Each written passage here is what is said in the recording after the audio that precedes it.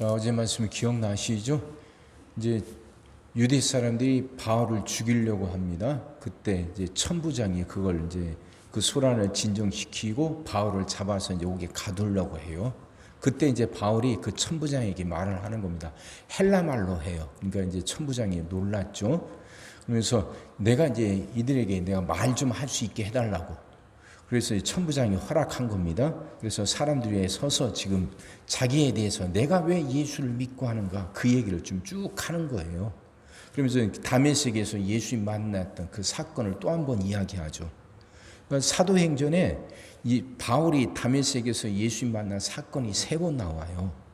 9장에서 나오고 오늘 보는 22장에서 나오고 또 뒤에 26장에서 나와요. 같은 사건을 한 책에서 3번이나 기록합니다. 그건 뭔가 이유가 있죠. 이 사도행전을 기록한 누가가 어떤 문학적인 이런 소양이 없어서 그런 게 아니라 의도하는 게 있단 말이죠. 그러니까 사람들이 이제 그 바울이 다메섹에서 예수님 만난 사건을 3번이나 기록할 만큼 그만큼 중요한 사건이고 이걸 사람들이 아예 외울 만큼 그렇게 이 사건에 주목하라는 의도죠. 그래서 같은 책에서 같은 사건을 3번이나 기록하고 있는 겁니다. 이 사건이 바울 한 사람의 삶을 변화시킨 것뿐만 아니라 모든 세계 역사를 변화시킨 그 중요한 시점이고 중요한 사건이죠. 바울 한 사람이 다메섹에서 예수를 만나서 그의 삶이 변화돼요. 그리고 바울 한 사람이 변화됨으로 해서 기독교 복음이 더 널리 전파되고 체계적으로 정리가 되고 그래서 이방인들도 그 복음을 받아들일 수 있게 한 계기가 된 거예요. 그러니까 전체 기독교 역사 중에서 정말 중요한 사건이죠.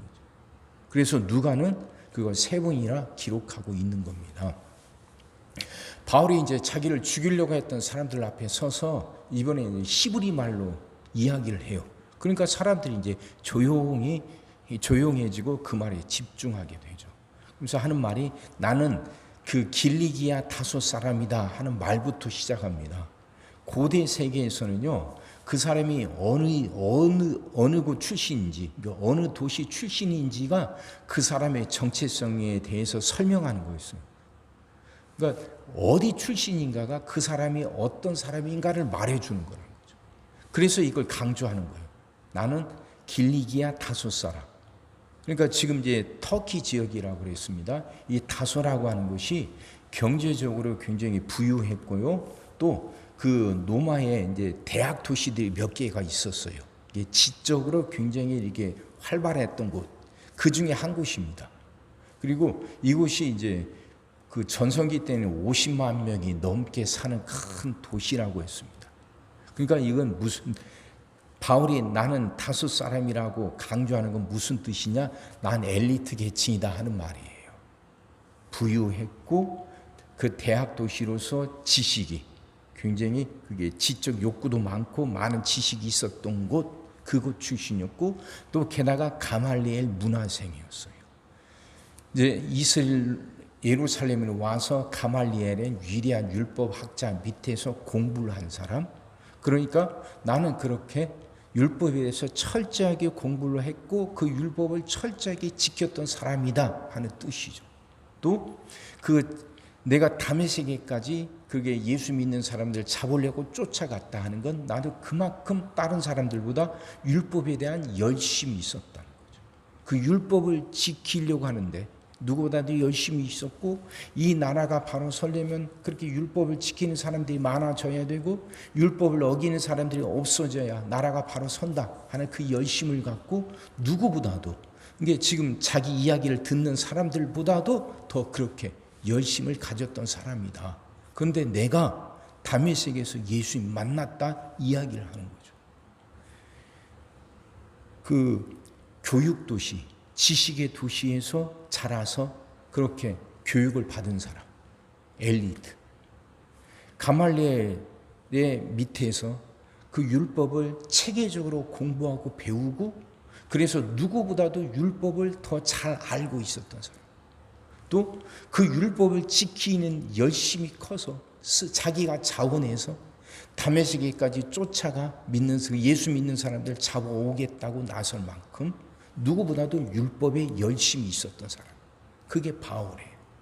그랬던 내가 이렇게 변화된 건 다메섹에서 예수님을 만났기 때문이라. 내가 저주받았다고 생각했던 그 예수님이 진짜 하나님의 아들이고, 그 바울의 이야기를 듣는 유대 사람이나 나나 우리가 그토록 기다렸던 메시아가 바로 이분 예수님이란 거예요. 나는 그 다메섹에서 분명히 깨달았다는 거죠. 그러니 지금 바울이 하는 말이에요. 여러분들이 생각하는 것처럼 내가 가는 곳마다 율법을 무시를 하고 그래서 그걸 깨뜨리려고 하는 그런 사람이 아니라는 거죠. 누구보다도 율법을 잘 알고 율법을 잘 지켰던 나인데 내가 만난 예수님, 이분이 진짜나. 그러니 여러분들도 깨어서 이분을 만나라 하는 얘기죠. 그 얘기하는 거예요. 이 다메섹 이 사건을 갖고 바울의 상태가, 심리적인 상태가 어땠을까 뭐 이렇게 해서 연구해서 하는 사람들도 많이 있어요. 근데 그게 중요한 게 아니라 바울이 만난 예수님이에요. 바울이 믿는 그 예수님, 그 예수님이 바울의 삶을 바꿔요. 그럼 우리도 예수님을 믿는다면 그 예수님을 우리도 만나야 되는 거죠. 만나야 되는 거죠. 우리도 나름대로 신앙생활을 하면서 교육을 받아요. 교육을 받고 그래서 그 분위기 속에 젖어서 이렇게 살아오죠. 그렇게 신앙생활을 해오는데 내가 정말 인격적으로 만난 그 예수님, 그게 있어야 돼요. 그것이 우리 삶에 진정한 힘이 되고 우리 신앙의 중요한 기준이 돼요. 어려서부터 그 분위기에 젖어서 살다 보면 그냥 그게 그렇게 인격적으로 만나는 그 사건들이 없이도 그냥 그 분위기에 젖어서 그러니까 이렇게 살아갈 수 있어요. 근데 그건 힘이 없거든요. 정말 삶을 변화시키고 그래서 주변을 변화시키는 그런 신앙인들에게 나름대로 자기 나름대로 예수님 만난 사건들이 있습니다. 사건들. 그 예수님을 인격적으로 만나는. 그게 있을 때 삶이 변화돼요. 바울 한 사람의 삶이 변화돼서 그를 통해서 세계 기독교 역사가 바뀌었던 것처럼 내가 그렇게 인격적으로 만난 사건, 예수님 만날 때 나뿐만 아니라 나를 통해서 내 주변이 변화되는 것이죠. 예수님은 그렇게 만나고 그 예수님을 붙잡으셔요. 그 예수님에 대한 믿음이 그 많은 그 어려움과 많은 고난들을 이겨내고 승리하고 우뚝 서게 만들거든요. 바울은 그 예수님을 만나면서 자신이 가지고 있던 것들이 내려놔요. 깨지게 된 사건이 겪죠.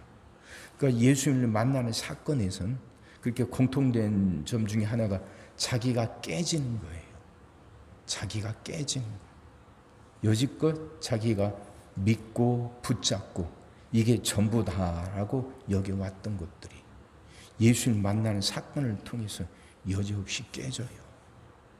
바울은 그 다메섹에서 예수를 만나면서 자기의 지시, 자기의 열심, 그것이 자기는 하나님을 위한 거라고 여겼는데 그게 하나님을 일을 방해하고 하나님을 거역하는 거였다. 자기가 죄인이었다는 것. 그걸 분명하게 깨닫게 되죠. 깨지는 거예요. 깨지는 건 그냥 사라지는 게 아니에요. 깨졌을 때 다시 세울 수 있어요. 에레미야서에서 에레미야가 강조하는 것 중에 하나가 그겁니다. 이스라엘이 바벨론에 의해서 멸망당하지만 그렇게 깨진 걸로 끝나지 않는다는 거죠. 그렇게 멸망당하면서 다시 서게 된다는 거예요. 무너지고 깨졌을 때 다시 세울 수 있어요. 더 온전하게, 더 튼튼하게. 우리도 마찬가지예요. 나름대로 예수님 만난 사건들, 그런 경험들이 있을 겁니다. 근데 그 경험들이 결국 하는 건 뭐냐면 자기를 깨뜨리는 거예요. 여지껏 자기가 알고 왔고 붙잡아 왔던 것들이 하나님 앞에서 얼마나 어리석고 얼마나 교만했던가. 이게 깨지는 거예요. 그 교만이, 그 어리석음이. 그랬을 때 새롭게 다시 세울 수 있어요. 더 겸손해지고 더 지혜롭고 더 올바르게. 그런 경험들은 그래 그 경험의 크기가 크고 작고 할 수는 있지만 이런 경험들은 계속되어야 하는 것 같아요. 계속. 자기도 모르게 굳어지거든요. 교만해져요. 어리석어져요. 근데 이게 깨지고 깨지면서 이게 자신이 연약하고 어리석다는 걸 알고 깨지고 깨지면서 더 겸손해지고 더 지혜롭게 되는 거죠. 이게 신앙생활의 과정인 것 같아요. 그럼 우리도 하나님께 그렇게 기도합시다. 하나님, 내가 어리석지 않고 교만하지 않게 해달라고. 하나님 앞에서 내가 그렇게 깨어지는 과정들이 계속되게 해달라고. 굳어버리지 않고 살아서 깨지고 깨져 더 지혜로워지고 더 겸손해지게 해달라고. 그 과정들이 내 안에서 계속 일어나게 해달라고. 그렇게 기도하자고. 그러면서 우리는 더 나아지고 더 그렇게 하나님 앞에 더 바르게 서가게 될 거 아닙니까? 자, 그 은혜가 여러분과 저 우리 안에 일어나게 되기를 주의 이름으로 축원합니다. 기도하겠습니다. 사랑의 하나님, 말씀이 이해가 되게 하시고 깨달아지게 하시고 은혜가 되게 하여 주옵소서. 신앙생활을 하고 하나님을 만나면서 그렇게 깨어지는 과정들이 하나님 우리에게 계속되게 하여 주옵소서. 자신이 얼마나 어리석은지 자신이 얼마나 교만한지를 깨달아간 그런 과정들이 계속 있게 하여 주옵소서. 그렇게 깨어지는 과정이 없으니까 자신이 어리석은지도 모르고 교만한지도 모르면서 자꾸만 굳어갑니다. 하나님을 위한다고 하면서도 하나님을 거역하는 지경에까지 이르는 것도 모르고 자신은 괜찮다고 하는 착각에 빠져 살아가게 됩니다. 하나님 이런 우리를 긍휼히 여기시고 불쌍히 여기사 깨어있게 하여 주옵소서. 하나님 앞에서 깨어지는 과정들이 계속되게 하여 주옵소서. 우리의 어리석음과 우리의 교만이 계속 깨어지고 깨어져서 하나님께 더 겸손하게 하시고 또 하나님 앞에 더 지혜로워지게 하여 주옵소서. 이렇게 우리를 다듬어 주시옵시고 하나님 이렇게 우리를 성장시켜 주시옵소서. 오늘도 우리 모든 성도들 위해 기도합니다. 한 사람 한 가정 빠짐없이 일일이 찾아가셔서 오늘도 함께 하시고 은혜 내려 주옵소서. 가정들이 다 평안하게 하시고 식구들이 다 건강하게 하시며 생업이 다 형통하게 하시고 문제들이 다 해결받게 하여 주옵소서. 우리 자녀들을 축복하시고 앞길을 열어 주옵소서.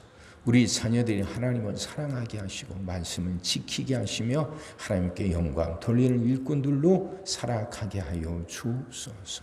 하나님 우리에게 새날을 주시는 분임을 믿습니다.